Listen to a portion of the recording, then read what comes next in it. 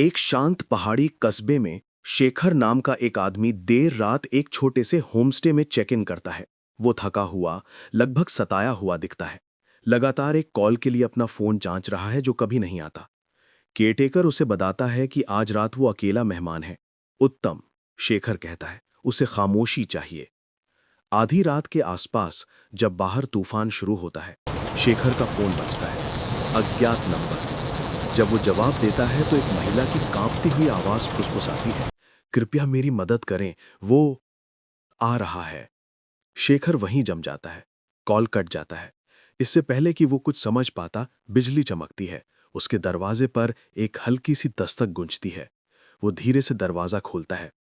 कोई नहीं, लेकिन उसके पैरों के पास एक भीगा हुआ मोबाइल फोन पड़ा है, वही नंबर जिससे उसे अभी कॉल आया था। स्क्रीन पर एक संदेश चलता है, किसी पर भरोसा मत करना। शेखर तेजी से केयरटेकर से बात करने के लिए नीचे जाता है, लेकिन रिसेप्शन खाली पाता है। लैंडलाइन फोन हुक से नीचे झूल रहा है, जैसे कोई जल्दी में चला गया हो। अचानक खिड़की से बिजली चमकती है। बाहर बारिश में खड़ी एक अकेली आकृति दिखाई देती है, एक महिला। वो बाहर आता है। वो घबराई हुई, भीगी हुई और घायल दिखती है।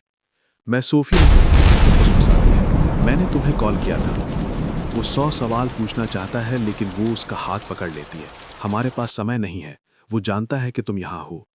इससे पहले कि शेखर समझ पाए कि वो कौन है, उनके पीछे गीली बजरी पर धीमे कदमों की आवाज आती है।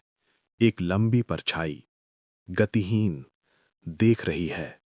भागो, सोफिया हाफती है। वे बारिश में भागते हैं, होमस्टे के पीछे जंगल में। शाखाएं उन्हें मारती हुई निकलती हैं। सोफिया आखिरकार एक पुराने छोड़े गए निगरानी बुर्ज के पास रुक जाती है। उसने हर उस शख्स को मार डाला जिसे सच्चाई पता थी। वो कहती है, तुम ही अकेले हो जिसने कॉल उठाया।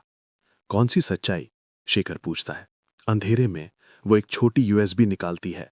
तुम्हारे भाई की मौत हादसे में नहीं हुई, उसने कुछ पता लगा लिया था, और मैंने भी। शेखर का दिल बैठ जाता है। उसके भाई की मौत पिछले साल हुई थी। अचानक बुर्ज के अंदर कदमों की आवाज गूंजती है। वो परछाई सीढ़ियां चढ़ रही है। सूफिया यूएसबी को शेखर के हाथ में धकेल देती है। अगर मैं नहीं बच पाई तो सब कुछ उजागर कर देना। एक दरवाजा धड़ाम से खुलता है। परछाई अंदर कदम रखती है। सूफिया चिल्लाती हुई, जाओ। शेखर तूफान में खिड़की से नीचे कूद जाता है। स्क्रीन काला हो जाता है। अंतिम शॉट। सुबह होने पर एक बस में शेखर अपने हाथ में यूएसबी को घूर रहा है और रेडियो पर सोफिया के बिना किसी निशान के लापता होने की खबर सुन रहा है। वो यूएसबी टसकर पकड़ लेता है। उसके चेहरे पर उदासी नहीं बल्कि एक ठंडी, धीमी मुस्कान आती है। उसकी आंखें चमकती हैं संतोष से। वो अपने होठों पर उंगली रखता है जैसे किसी को चुप करा रहा हो। क्या बेवकूफ लड़की थी, कॉल उठाने के लिए।